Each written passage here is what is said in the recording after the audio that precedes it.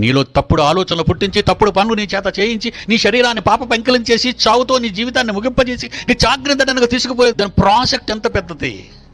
లోకంలో ఉన్న మనుషులందరినీ తన వెంట తీసుకుపోతుందని నిజం నీకు తెలుసా?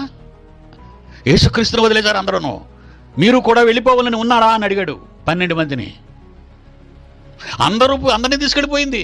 ఎంత పవర్ దాని మాటకి, దాని ఆలోచనకి ఎంత పవర్. యేసు రక్తం చేయండి వెళ్ళిపోద్దురా?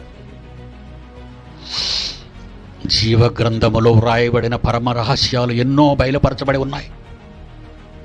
వీటిని పరిశోధించడానికి ప్రయత్నించు. దివారాత్రము దానిని ధ్యానించేవాడు నీటి కాలువల యోరను నాటబడిన వాడే ఆకు వాడక తన కాలమంజు పళ్ళే పళ్ళు కాసేస్తుంది అది. ఎందుకంటే నీటి కాలువల ఓరను నాటబడ్డే, ఒడ్డును నాటబడ్డేవి. జీవగ్రంథంలో నువ్వు నాటబడి ఉంటావా? ప్రతినిత్యము దేవుని వాక్యాన్ని స్మరణ చేస్తున్నావా? నీ ఆలోచనలోనికి దేవుడు వస్తున్నాడా? నీ ఆలోచనలోనికి బైబిల్ వస్తుందా? బైబిల్ చదువు.